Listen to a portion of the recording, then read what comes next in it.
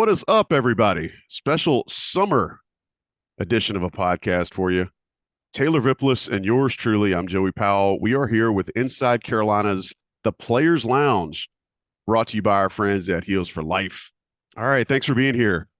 As I said before the break, Taylor Vippolis, I'm Joey Powell. We got a special guest today in the Players Lounge, Kaimon Rucker, the butcher. Vip, you ready to cut some meat? You gonna punch in? You ready to cut some meat, man? Yeah, for the audio only crowd, I'm making some kind of meat chopping gesture right now. He's being very vicious with the chops across his screen. But this show specifically, if you didn't hear the one with Tommy and Vip and Drake May last week, it was a good intro to what we're going to do with this series. But it's brought to you by our friends at Heels4Life. Heels4Life.org. That's Heels number 4Life.org. That is the UNC Football NIL collective. If you want to support UNC football players through NIL, go to Heels4Life, sign up, find out how you can be a monthly supporter. You can do it annually, whatever. You get access to all kinds of stuff there, including special player content, autograph items. You can shop the store, all different ways that you can help support Carolina football athletes through the NIL collective, through Heels4Life. Shout out to my main man, Graham Boone. He's the executive director over there at Heels4Life. Great guy. He's done a lot of work to help get this partnership off the ground. And yeah, like I said, Vip, we've got I keep wanting to call him Jack Rucker because he plays the Jack position, but Kaimon Rucker has joined us. You know, this is the second edition of one of these, but Kaimon, we're going to come to you first. Guy out of Georgia, what were your earliest memories of Carolina? My earliest moments of Carolina. Well, it's funny that on my mom's side I have an uncle, man. He's I love him to death, but he's always have this obsession with UNC. He's always saying that he was from North Carolina, even though his butt was born in Georgia. And he was just like, I'm like, his name is Eric Starks. And I'm like, okay, Eric, where you from, man? And he was like, oh, I'm from North Carolina. I was like, but weren't you born here? No, I was born in North Carolina. And so it just started off from there. And that was like my earliest moments in North Carolina. And it's just it's funny how that leads all the way up until, I come up for camp and I get an offer. I'm committed. I've been here for a couple of years. And to this day, this man still says that he was born in North Carolina. Things hasn't changed, even though I've been at this school for 3 odd years. So that's probably my earliest moment in North Carolina. And it's funny how it's trailed all the way to with me to this point. What was your recruiting process like, being somebody in Georgia and maybe not as highly recruited as somebody like the person we just talked to, Drake May? Well, for me being from Georgia, man, Georgia is one of the hotbeds here in the States when it comes to football and in its recruiting and the athletes that we produce.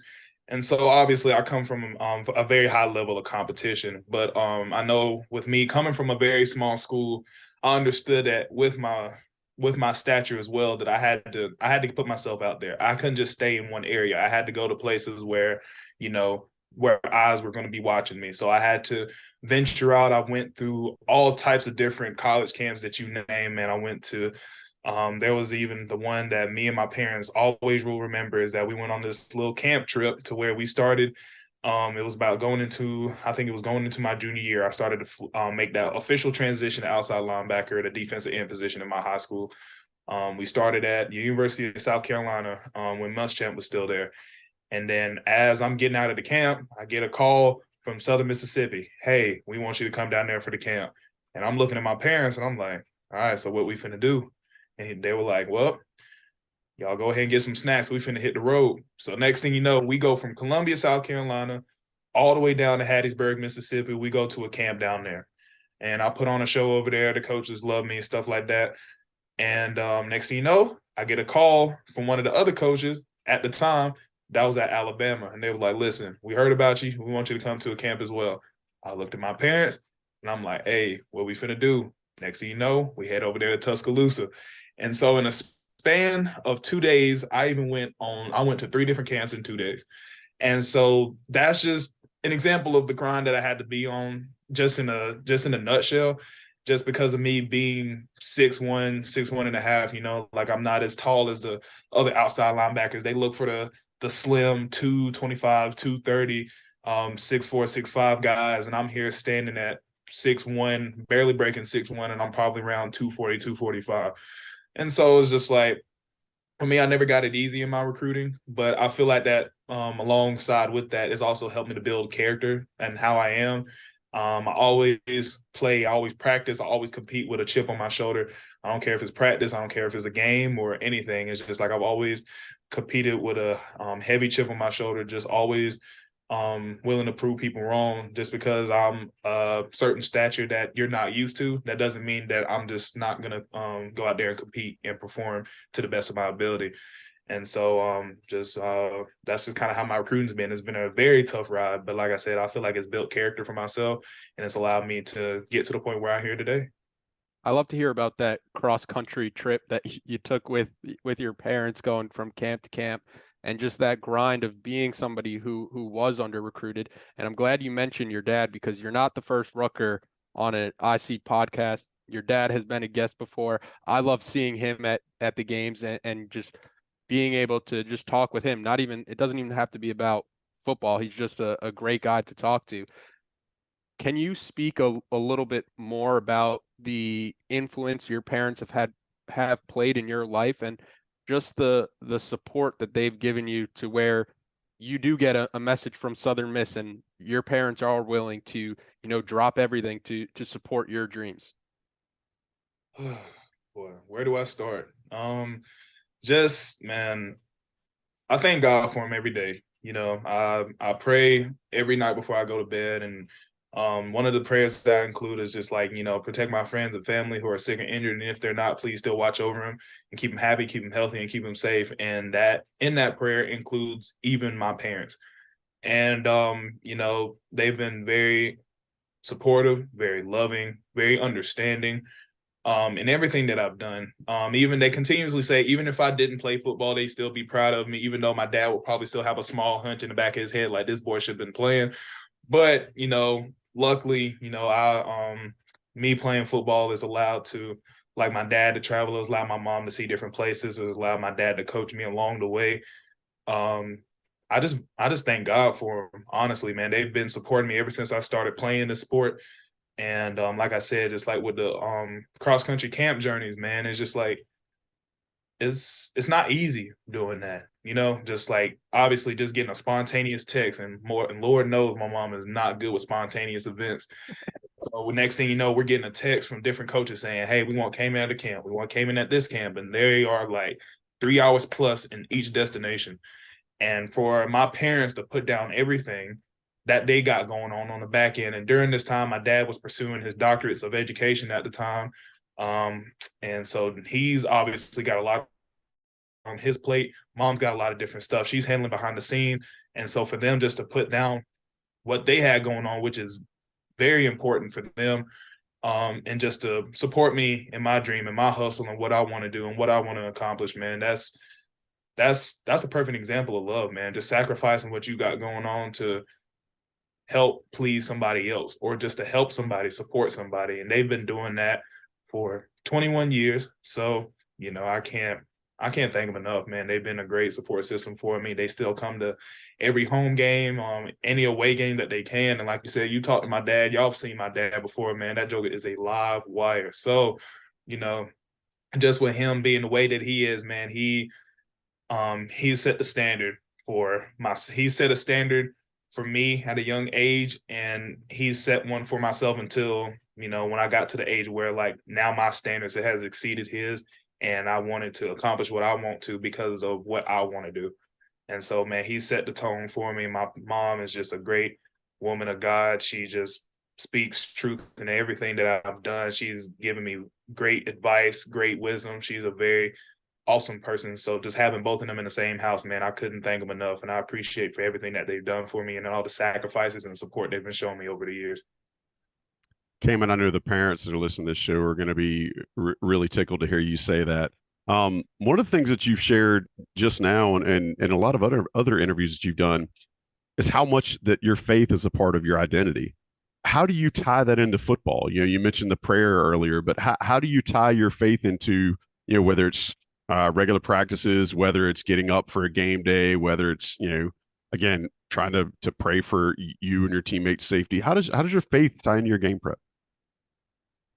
Well, just it just starts off even before I even play football. Faith is just like you said, faith is just in my identity. And it's just who I am. And I feel like, without God, without Jesus, I wouldn't be where I'm at today. Just to be able to stay relatively healthy during my years here at North Carolina, having as minimal injuries as possible throughout my life.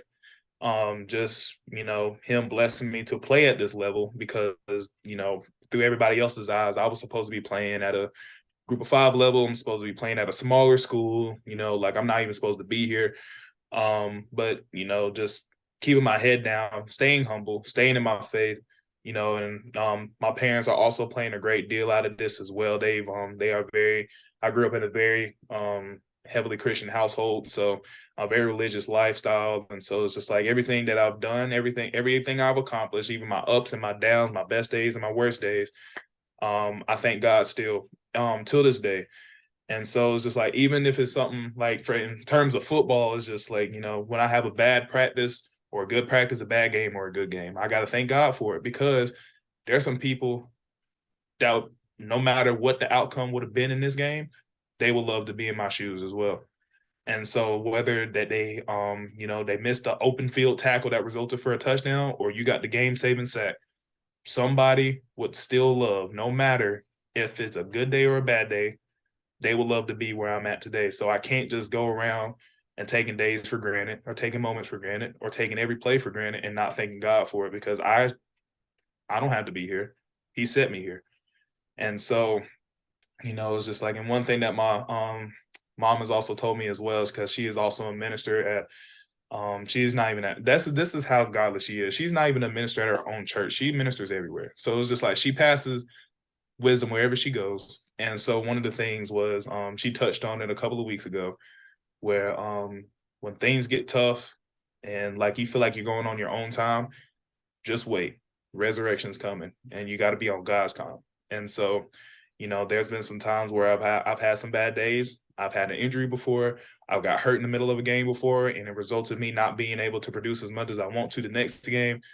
I've been in, I've had some stuff that's happened to me mentally. It's just like, there's some things like I'm not perfect, but I just thank God for every day that I'm still here, that I'm still breathing, that I'm still able to play the game that he's provided me to. And, just being around these group of guys that I call my teammates, that I call my brothers, and everything that expands out throughout that. So it's just like, that's how I keep my faith and my identity. That's how I related to football. That's how I related to who I am in my entire life. And God he moves through my life, and that's how it's been, that's how it is, and that's how it's gonna be. I love that perspective. I have to imagine, when you said your mom was a minister, her and Mitch Mason must have hit it off from day one once she started getting around campus. They ain't skipping, man. And I can also say this: Mitch is one of the main reasons why I came here. Mitch is genuinely one of the main reasons why I came to this school. I've met a lot of people who are just God-filled. I've met a lot of people like that, and Mitch Mason is definitely top 5. And I could not thank that man enough I could not thank God enough for putting that man in my life. Honestly, he's went through a lot. He's still going through a lot. You take one glance at this man, you would not think he's battling the stuff that he's battling. But the thing is, when I first got to this campus and he met my parents and he met me, he was just like, I want to talk to y'all. And we brought him up to the 5th floor, where above where Kenan Football Stadium is. And he just spoke to us. Nothing crazy. Nothing. This wasn't even official. He just grabbed us, introduced himself, and wanted to talk to us. And I promise you, we were probably on the 5th floor for 45 minutes. We had coaches and other administrators looking for us, talking about that. I was on my official visit at this time. And there was like, where's Kaimon? Where's Kendall? Where's Christy? Where's all them? They're looking for it. We're up on the 5th floor having a heart-to-heart with Mitch. Mitch got him.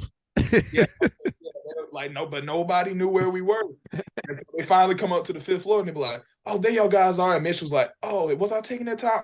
I'm so sorry. Listen, y'all, thank y'all so much." Like, Mitch was one of the most genuine people I've ever met, one of the most God-filled people I've ever met, and it just warms my heart to still see that he's here with us today. But yeah, definitely one of the main reasons why I came here, man. He just had a spirit of no other that I've met. So just shout out to Mitch Mason, man. He's a man for real. He was top 2 of my favorite people when I played football at Carolina, and he wasn't number 2. He was not number. Mitch was my guy. But Kaimon, going back to football, what's your earliest memory when you remember thinking on a field, like, I am good enough to play at a level like North Carolina or even beyond in the NFL, where everybody kind of dreams of?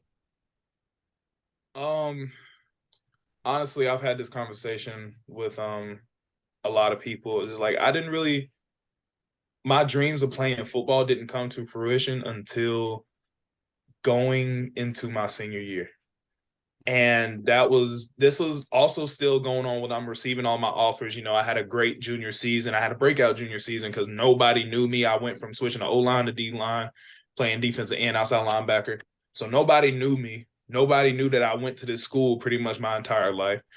And so, just like I'm still getting offers and stuff. But what really solidified it was obviously I got one of the breakout awards according to the Atlanta Journal, and I just started competing at camps and started winning them.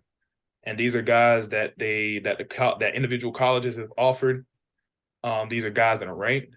These are guys that are getting a lot of Power 5 attention, and I'm coming in and I'm killing everybody they put in front of me. When they feel like they got a guy, I was like, oh yeah, we got a guy that can stop him. No, you don't. And so it's like, that's kind of like when I've hit that, I think I'm cut out for this. Like, it's just like, that's when it started clicking in my head. And of course, like, confidence had started to kick in and things of that nature. My game has gotten better. I started to slow down. I started working on different moves and stuff. Like, of course, I've progressed in my learning of how to play the position. But that's like when I started winning a whole bunch of camps and winning awards at those camps and beating the guys that they feel like that could stop me. That's when I genuinely realized, like, okay, I can do this and I can be great at it. You're listening to The Players Lounge. It's a special IC feature brought to you by our friends at Heels4Life.org, the official UNC Football NIL collective. He's Taylor Vippolis. I'm Joey Powell. We're talking to Kaimon Rucker. Kaimon, in that vein, you mentioned earlier about how you always play with a chip on your shoulder. And, you played at a smaller school in Georgia. You mentioned earlier, you're undersized. And even now, people would say you're undersized. I know you switched to the jack position, but kind of the thing that you hear announcers say and writers say, and us in Inside Carolina and message board posters, they always talk about kind of a dog mentality and the fact that you do play bigger than your vitals, right? What does that look like when you're in a camp, when you're at a place like the Opening, winning the MVP, in high school? Like, what does that sound like in your head? What's the internal dialogue for a guy that's got that kind of chip on his shoulder? Honestly, it gets me motivated. It gets me hyped up because what I'm hearing is that you're doubting me. What I'm hearing is that you're giving me enough room to show you and whatever guy that you want to put in front of me a chance to lose. And so it's just like, for me, it's just like, I've always been a competitive guy. And just hearing the fact that because I am not 2 inches taller than your best guy, that I'm not worth giving time. And so it's just like, or that you're underestimating me. And so honestly, like I said, it's just like, it just fueled me. It just gave me, like, the internal dialogue was like, you gonna let them talk to you about that like that? Like, you're gonna really let them say something about you like that? It's kind of like that little, like, you got the angel and like the demon on your shoulder is just like, listen, I don't think, like, that you can let them say something like that, but like, let's not go too crazy. And then you got like the little demon on my right was like, nah, mess them up. They don't deserve it. So it's just like I said, I'm a very godly man, but sometimes when it comes to the competitive side, I got to listen to that demon every now and then. And so it's just like, that's kind of the internal dialogue with me. It's just like, I hate to be denied. I hate hearing no. I hate hearing that, I don't like, like this, let's not keep account of this guy right here. He's on the shorter side. Like, he's not going to be a factor. The second that I hear that, I automatically get motivated. And so it's just like, just throughout the camp circuit, high school, even till now, I still hear it, like, and the one thing I've heard from my coaches is like, make the coaches, or make coaches on your side put you in and make other coaches game plan around you. And I've thought about that ever since I came here. And that's kind of the impact that I want to leave. And that's the impact that I feel like I'm going to leave. It's just like, I want my coaches to make me feel like they need me in. And I want other coaches to game plan around me, because if you don't, it's going to be an issue. We're seeing it right now kind of with the Miami Heat and Jimmy Butler in the NBA playoffs, where it's like, I will take somebody with a dog mentality over anything else. Like for this North Carolina football team, I would take 11 Kaimon Ruckers out there. I saw a picture of a young Ruck. You were wearing the number 70 in a 70 Heart jersey. You didn't look like what you look like today. What's it like for you to reflect on the journey you've had to get to where you are today, playing at a school like North Carolina? Man, honestly, it's just, I'm still becoming the man, but I became the man that I wanted my younger self to look up to. And that's the biggest thing that I would say about that, is just like, like when I was younger, we had guys that went to the league but took the roughest path possible, whether that's like not bashing it, but like, they go to college, go JUCO, then they go to the Canadian Football League, or it's just like, they went through all these different paths, and it just seemed like, gosh dang, like you just now get into the league, not in a negative connotation, but just like, no, nobody got drafted. And so for us, for me, it's just like, I'm now becoming that guy that I wanted to see start off in this position, go to college, at that college, finish through, graduate, and then eventually make it to the league in that path. And like I said, I'm still becoming that guy that I want to still accomplish that, because the job's not finished. I still want to graduate. I still the NFL is still my hopes and dreams, and I feel like I can get there.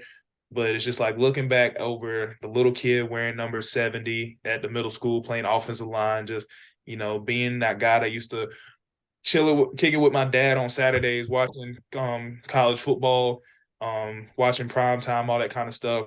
Just being like, I'm gonna be like that someday.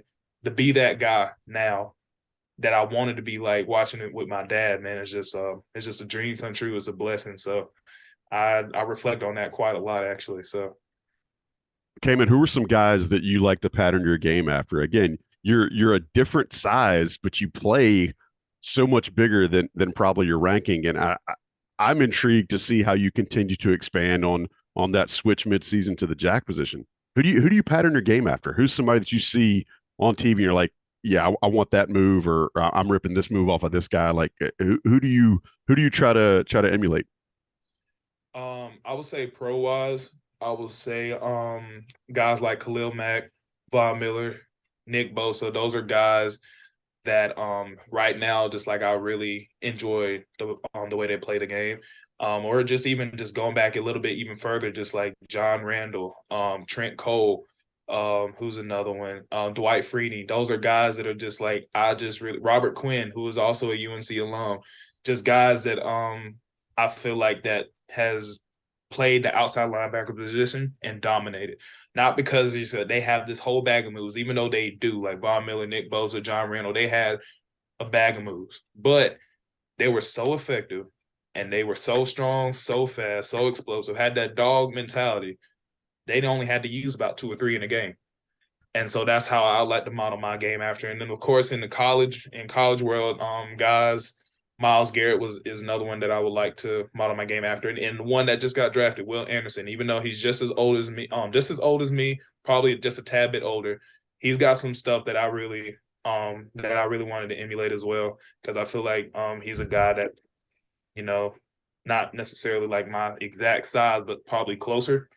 And he's just a guy that's obviously, he's been putting up numbers ever since he came to Alabama, and now he's going to put up some numbers when he's in the league. So he's another guy on the collegiate level that I really admired to look at when it comes to his pass rushing ability, his ability to play football, and then the other guys in the pros, of course. Damon, what would you say your welcome to college moment was, where you realized that you couldn't get away with some of the things you were doing at the high school level when maybe your bag wasn't as fully developed or you weren't as fully developed physically? Because I think that's normally people's favorite part of the podcast when they hear that welcome to college moment. Let's see. There was one time, it was at practice, and we were doing like the one-on-ones with the O-line and D-line. I haven't really got caught lacking in a ball game before. Actually, I have. I lied about that, but I mean, like, that's happened like my sophomore and actually this past season. But my welcome to football mode in my freshman year, I remember this clear as day. Q Johnson was still here. He was playing guard at the time. And we were doing one-on-ones, offensive line, defensive line. And so I'm coming off the edge, defensive line. And, you know, with O-line versus D-line, it's specifically one-on-one, right? So I'm supposed to be going against the offensive tackle. And at the time, it was Jordan Tucker. And I came off the ball, and I did a little hezzy, and I came off on the inside. It was like a games we were running. And for some odd reason, Q decided to get a little bit more involved than he was supposed to. And you know, I step with my outside foot and I come back in, and next thing you know, Q ear holes the right side of my helmet. I'm talking about didn't hit my shoulder pads, didn't hit my arm, didn't hit my body at all. I just get ear holed right where the ear hole is, and he hit the top, and his helmet hit mine, and next thing you know, I just helicoptered. I've never been tossed in the air like that before in my life. I've never been helicoptered. I've never been tossed, but that one right there, that was my welcome to college football moment. And luckily, it happened at practice instead of on live television. But I didn't even know how to react. Like, usually in a situation like that, like, somebody would get mad, trying to fight, or like, bro, why'd you do that for? Like, me, I was like, yo, like, what just happened? Like, I didn't even know what happened. And then everybody was like, yeah, Q, yeah. And I'm like, bro, this man just flipped me. I'm just in awe of what just happened, because I'm like, I've never got put in that situation before. And coach was like, yeah, Q wasn't supposed to do that. And I'm like, you think so? I'm like, dang, I don't think that was supposed to happen either. But yeah, man, that's probably a moment my freshman year I remember clear as day. It was Q ear hold me. Shout out to Q Johnson, man. Yeah, he gave me the business that day. You learn pretty quick with players at that level. You're gonna get got. Like everybody is pretty good athletically. Oh, most gotta keep that head on the swivel though, always. Well, look, you were vulnerable enough with us to share one of your bleep moments at practice. Let you brag on yourself a little bit. Tell us about the Butcher nickname. How'd you get that? This was also my freshman year. We were going to Boston College. I know this was during the COVID year, so this was a very, very weird time. But we're going to Boston College, and the week of, I get pulled by Coach Bateman, who was our DC at the time, and he was just like, hey, you getting your first start in this week. I was like, what? And it was like, yeah, you're starting this week. So make sure you lock in on the plays that we're given so you don't mess up. But he didn't say mess up. And so I was like, all right, cool. You know, I took it level. You know, I was very humble. I wasn't going to think nothing about it. Went through practice. Practice was smooth. I was like, cool, we got it done. Next thing you know, I'm calling my folks, and I'm like, listen, y'all, I'm starting. Da, da, da, da. I'm telling my folks everything. I'm excited at this point. And so, you know, leading up to the game, we finally at Boston College. And I think I got like a tackle in the backfield or something. And, you know, the game went on. We won the stat of third. And so I watched the cut-up version of the game. And they said that Coach Cross, our D-line coach, he said that I was as aggressive as a rolling ball of butcher knives. And they just ate it up. They were just like, man, isn't that a wonderful nickname for a defensive lineman, and all this kind of stuff. And so that caught on just for a little bit. And I was, me and my dad were thinking about it. We were talking about it. And he was just like, we should do something with this. And I was just like, shoot, what you want to do? And so we were thinking about it. He was like, you know what? Let's shorten it down to the butcher, because listen, ain't nobody finna just yank me on the street and call me rolling ball of butcher knives. That'll be, first of all, I'm gonna think that's weird. So let's not go ahead and go into that. But it's just like, let's just shorten it down to the Butcher and see where it goes. And so, last name Rucker, cut that thing in half, Ruck the Butcher, and next thing you know, it just came about. I don't know how it caught on fire like it did. But it just, next thing you know, people started calling me Butch. People started saying Ruck the Butcher. I changed my name, and the rest is history. So started off with Boston College. Shout out to Coach Cross. I'm making a lot of shout outs today. But shout out to Coach Cross for getting me my little NIL movement going. So yeah. You have the Butcher t-shirts like you just mentioned. You recently went to Bellevue Farm Picnic. How would you say NIL has changed your life and experience as a student athlete? I feel like for me, it's just like, it's a great way to get your name out. And I feel like, obviously as student athlete, we should already be doing this anyway, but it's just like one of those things is like, the only way that you're going to get like a lot of the NIL attention that you want is just like, you have to carry yourself in such a way in a business. And so I feel like in that sense, you got to carry yourself where you got to exemplify good character. You got to take care of your business. Of course, you got to take care of everything on and off the field. And so I feel like it just shows you how the real world works. And I feel like it allows you to, even if you get a source of income or whether that you get merchandise from a certain place, I feel like it allows you to understand how to take care of business and how to go about it, how to communicate with one another, how to keep constant communication, how to meet deadlines if you haven't done so, how to get involved, how to reach out to other people, and the networking part of it. I feel like that's probably the most important one, is the networking, and just being able to find out people who are also in the same, like going into the same NIL deal, and you meet certain people, and then those people know people, and those people that also know that person knows people. So it's just like the whole communication web is like crazy. And I feel like, just for me personally, being able to have my shirts and being able to give that out to the community, it's also been able for other people around the nation to also be signing into the Championship Locker Room, which is the company that I'm under to sell the Butcher's t-shirts. It's just allowed them to also get there. It's allowed me to get attention from other people going to the Champions Locker Room.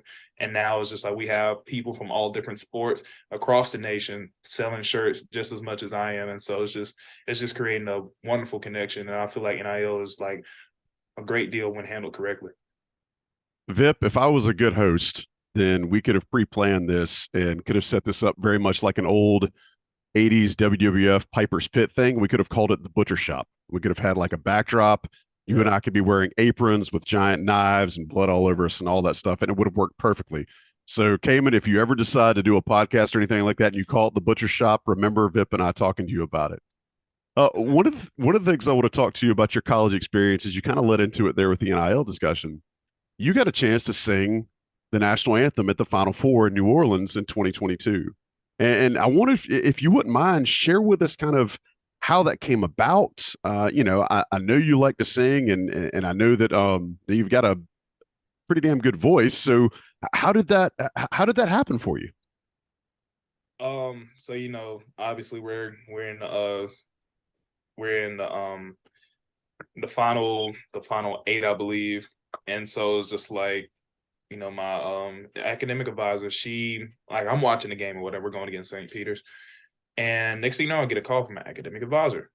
And I'm like, okay, this is weird. It's a weekend too. So I'm just kind of like looking at it a little funny because I'm like, I don't have anything to do. I made sure to do all my work before I watch the game. So I'm good unless a teacher's tripping. And so I answered the call and I was like, what's up?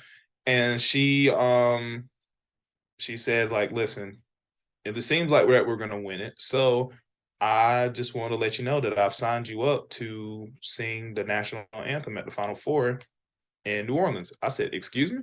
And she was just like, yeah, this is like, there's a tradition. She told me about the whole tradition thing. It was just like, the 4 college, the college teams that make it to the Final Four, they choose 4 student athletes they choose a student athlete from each school to come down, sing the national anthem. This is a tradition. And I was like, okay, cool. So it was just like, at this point, we're dogging St. Peter's. And so in my mind, I'm like, I'm finna go to New Orleans. Good God. And so it's just like, I had to get my mind right for that. And then the game won, everybody celebrating. And I'm like, well, I'm going to New Orleans. And so it's just like the leading up to it was crazy. And then we finally get down to New Orleans, and they set us up with a nice vocal teacher there at Tulane that worked, and she was still I would think she still works there currently. Had the ability to meet different people and just have a great experience. That was my first time in New Orleans. That was my first time going to the Caesar Superdome. That was my first time experiencing everything that New Orleans had to offer, and I had an amazing time. I was nerve-wrecked when I got on stage to sing. That was probably my most nervous moment, and so I had a wonderful time, and I was just blessed to be in that position. With such a passion for music, I'm curious, because I'm thinking back to my days in that locker room. Who would you say is the person you would trust the least with the aux? Trust the least? Oh, I don't know. We haven't really had anybody to really utterly mess it up, but there's some guys, like we got some guys that can rap in there, but it's also guys that don't do too hot. So it's just like we got some other guys that'll just probably like post up their other music on there, and I'm just like, bro, turn it off, bro. It's just like I don't know who does it. I really don't. The way that I sit, I don't see who gets on the aux to play it. But it's just like sometimes it's a hit or miss. It's just like it's either good or it's not. And so like I don't really, like I said, I don't have no specific names, and also at the same time I ain't trying to call nobody out. So I don't know who be messing it up, but somebody be messing it up in there. I was gonna fire Shaquille up some. Shaquille Rashad was our guy. he would just play Justin Bieber out of nowhere. Oh my God. Ruck, I was going to fire up some John P. Key for you today, but Vip shut me down on that. He didn't feel like I was carrying that second tenor very well. Oh. Listen, one of the things that I think you've obviously got a passion for music. You talk about who you trust least on the aux with Vip. What's your pregame playlist? Right? Is it John P. Key? I mean, what is it? Is it Marvin Sapp? Again, I know you're a religious guy. Like, what are you listening to before you guys break off and start getting into your team functions to start a game? I'm gonna be completely transparent. It is not gospel. I'm just gonna be completely transparent. It's all right. Is completely. It can range from it can range from hip, like kind of like rap, hip hop type deal, or it's heavy metal, rock music. I'm actually like when it comes down to pregame, I listen to that. My dad calls me crazy. But it's just like one of those things. Is if I got locked in, that's one of the ways that I do. And so I listen a lot, like kind of like the metal rock music. I have a list and the playlist. That's because you used to be an offensive lineman, because metal is all offensive lineman music. That's where that came from, I bet you. And the playlist is literally called Ain't No Way You Listening to This. And I promise you, this is what I listen to. It was like one of my friends saw it and he was like, "What's on here?" And I'm like, "You don't." And I was like, "No, I want to listen to it." And they turn it on. They're like, "You listen to this? That's why the playlist is called this." And so, yeah. So I listen to my fair share of heavy metal and rock, or just typical. I listen to rap most of the time. The last fun question we have before getting back to football. I saw your birthday was February 28th, and I'm wondering, were you a leap year baby, February 29th, and you're celebrating on the 28th? And if you weren't, if your birthday was on February 29th, would you celebrate it on the 28th or March 1st? Because I'm March 1st. I'll probably still stay in February. I was not a leap year baby. So I know that. I wish I could lie and say that I was, but I was truly born on the 28th. But if I was born on the 29th, I would probably still say the 28th. Even though that was one of my uncles wish I was born on March. So, honestly, I could flip either or. It don't really matter. Just lie about it. You said your uncle lied about where he was born, so you just make it up and just lie about when you were born. Well, yeah, true. I can probably. We'll keep it in mind. If somebody else asks, like I've never met a person in my life and be like, "When were you born?" February 29th. Wait, really? Conversation starter. Easy. Boom. Vip, go ahead and ask him about all the new Players Lounge stuff that you're envious of. Yeah, I was gonna say I seen the videos. There's the recording studio for podcast. You guys have the video game set up there, the barber shop. What's your favorite part of the new facility? Because as a former player, I watched that video and I'm like, Man, these guys have it kind of good right now. I really appreciate the I really appreciate the sleep pod rooms that we have. I really appreciate those, even though I don't use them as much as what people think I would be using them for. But if I were just to say, like, we have like a VR room, but we haven't got the VR yet, that's kind of like really just like our freelance room. Like, it's just a table with a couple of chairs and it's a TV in there. I do all my work in there. I don't even go into the study room. I get in the rolly chair and I do my work and I watch TV. So it's just like, that's probably the room I use the most, but the one that I most appreciate is definitely the sleep pod rooms, because I have took a nap in one of those things and they are wonderful. Yeah, our sleep pod room was an air mattress in the position room. And you just had to hope somebody didn't come in and watch film. Vip, you sound like the oldest guy ever right now. That's what I'm saying. Y'all used to camp out in the locker room. I mean, not in the locker room, in the position room. Yeah. Yikes. Oh, Vip's gonna start talking about how when he played with leather helmets here in a second if we don't stop. All right, let's talk about some stuff for the coming year. We're talking with Kaimon Rucker, Jack for UNC football team. This has been set up by our friends over at Heels4Life. Check out heels4life.org and find out how you can support UNC football players through the NIL Collective. Ruck, last year's defense did not live up to the expectations I think that you guys had for yourselves, that the fans had, that the coaches have. What I'd ask you is what's different that you've seen so far in the spring and then in this early summer conditioning that might produce some different results? I feel like for us right now as a defense, I feel like we are now taking hold of the aggressive guys that we have on defense, and instead of putting us on chains, just letting us go. And so it's just like one of the things that Coach Chiz wants us to do is just to be more aggressive. And so just like, letting us being able to do that, putting in blitzes that is going to be great for us, putting in plays that's going to be great for us to just exemplify how aggressive we can be. And that's one of Coach Chiz's motto is just like, we got to be aggressive. We got to create havoc. We got to get we got to get TFLs, we got to get sacks, we got to get interceptions, we got to get PPUs, all that.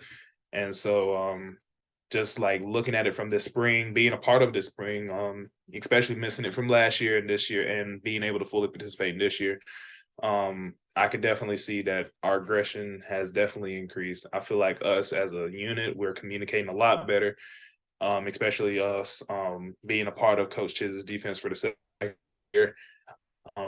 I feel like it's gonna be a great year for us. I feel like we made tremendous strides in the spring, seeing that, being a part of it, and just even looking at conditioning today, it's just like this is just a shell on the sand right now. But the thing is, it's just like as we continue to build on days like this, as we continue to set the foundation this week, as we continue to have meetings and OTAs and all this other stuff, it's just like as we continue to progress forward, man, I'm very excited for this defense, and not only this defense, but the entire team.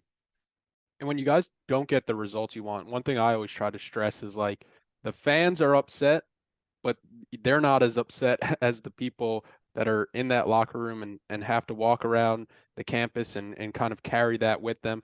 Where was your frustration level at last year where you guys were able to put together good moments or good quarters, but that the struggle there to put together complete games? I was not to sound like that I was upset the entire time I was playing, but I've had a fair share of being upset, especially after Georgia Tech and NC State, and of course Oregon. Those were just moments where we should have won. We should have stepped up as a defense. We should have stepped up as a team. Just a lot of miscommunications, a lot of missed opportunities, missed big opportunities, whether that was missing a sack, missing an interception, missing a tackle in general. Just a lot of things that went bad. And so it's just like with me, it's just like there was times where, I was just very upset after the locker room, didn't want to talk to anybody. My parents were asking what's wrong. And it's just like, it's kind of obvious. And so, I don't like to talk like I'm just like, upset at the world, but I can't help the way that I'm feeling. And so it's just like, that was just like times where it's just like, not because I'm upset of the people on this team, I'm upset because we couldn't finish. I was upset because it's just like we are on paper, looking at our roster, we should be able to take the ACC by storm. but we didn't. And of course, you could say we won the Coastal, and you could we said that we had a great start to the season, which we did. Well, I'm blessed that we had a great start to the season. But it can't just stop there. We don't have any divisions anymore. It's one conference now. So now we have to show, like, not only are we the best when it comes to half of it, we have to show we're the best, period, in the ACC. We got to prove that. And the only way to prove that is to dominate this year. And so it's just like, I just don't want to be in that same position that I was last year. I want to step it up. Me and our center, Corey Gaynor, we talked about it and it was like, bro, this is our year. I know it's like a very repetitive thing to say every single year, but it's just like, sometimes where you just get moments where, like, even on day one, you're just like, something's different. And it's something in the air is different today. Something's in the air is different around, like right now. And I feel like this is that time. And I genuinely believe that as well. Kaimon, you mentioned that you guys weren't satisfied about how you finished the season. You cited the Georgia Tech and NC State game and Oregon especially. What does that dissatisfaction, look like in drills and in meetings? You talk about you and Corey. Like, what are the things that are different because of the way you guys finished the season that maybe wasn't different last year?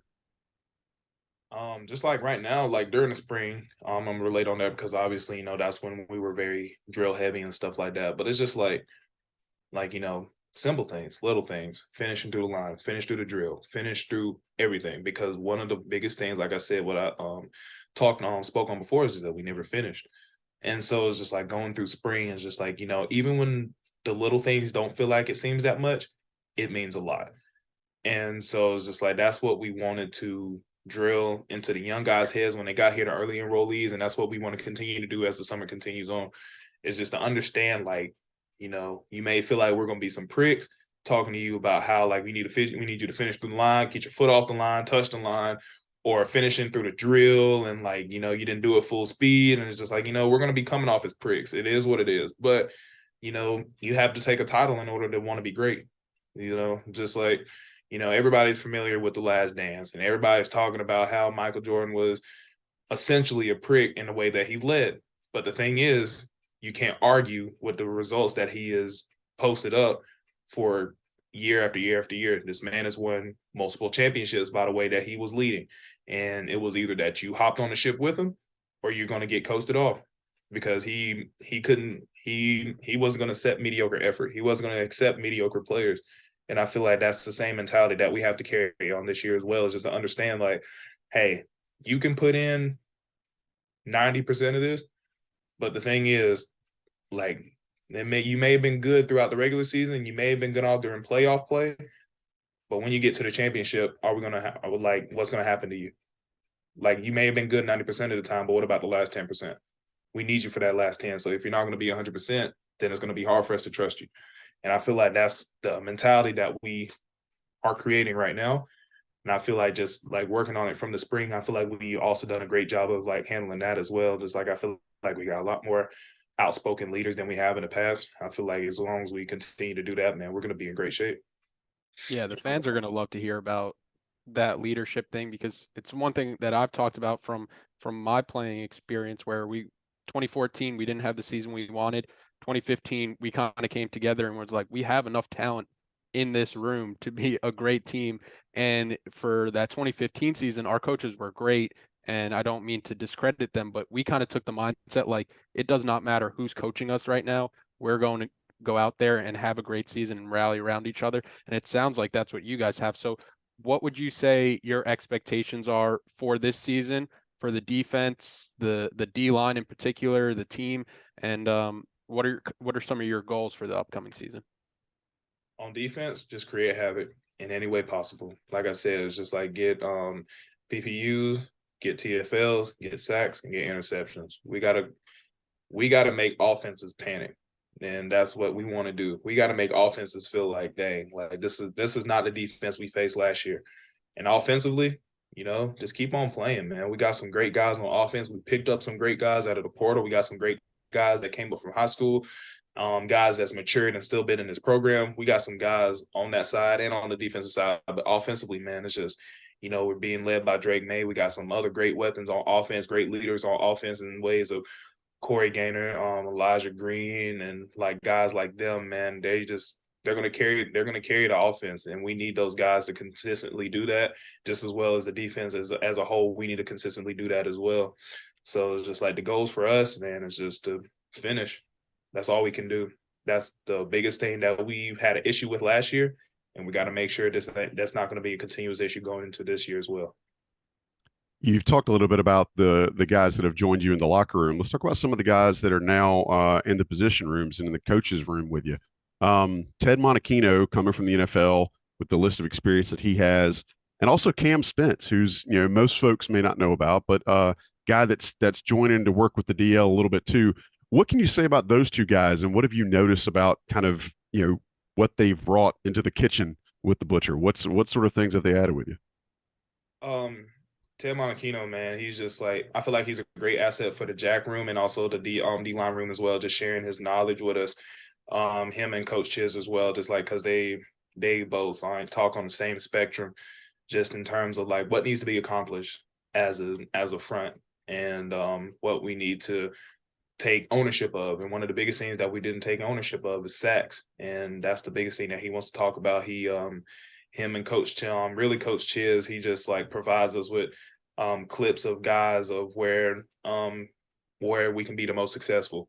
And Cam Spence, man, he's a great addition to the D-line room. Just him and Coach Cross just organizing drills for us in order to be successful. And I feel like those guys are just great additions to our defense, great additions to our front. And I feel like they're going to definitely give us great nuggets as we continue to get better. And, I'm very blessed to have them on our staff and just how they're going to progress us to move forward and be a better defensive front. Carolina football fans on the defensive side of the ball, they know guys like you, Cedric Gray. Offense, you have somebody like Drake May. Who is the player that people aren't talking about now on either side of the ball that you think is going to get a lot of their attention this upcoming season? So a guy that's not getting a lot of attention. Who? Well, guys that's already been here. I feel like guys, honestly, I feel like our front is definitely gonna get a lot of talks. Is like, like y'all mentioned names like Miles Murphy and Travis Shaw, people like those guys, but it's just like, like Jabari, KJ Hester, KBJ, Kendrick Bigley Jones, like those going to be some guys that's going to step up. Dez is also going to be making his comeback this year as well, coming off of his torn pec. And just but one of the guys that I'm really excited about as well, I'm just talking on the defensive side because I don't want to speak too much on the offensive side, but one of the guys I'm really excited about is Elijah Hussey. And I feel like he's everybody's going to say something about him because he comes from East Tennessee. He's a smaller school guy, but he's put up numbers. He was one of the best corners in his conference, in his division. And, he's led his team in interceptions, and he's a dog, man. He's got our defense down very quickly. And I'm excited to see him play against different opponents on Saturday nights. And I'm really looking forward to see how he's going to produce for us. That's your Drake pick too. Yeah, he's different. I'm gonna tell you that, man. Just he's gonna be a guy to watch out for. That a lot of guys are not giving a lot of attention to right now, but 3 months from now, he's gonna be the talk of the town. Watch this. Kaimon, I know you don't want to talk about the offense. I'll narrow it down a little bit for you. You go against the offensive line on a regular basis. UNC's returning a fair amount of experience in the offensive line, but there's still some question marks there.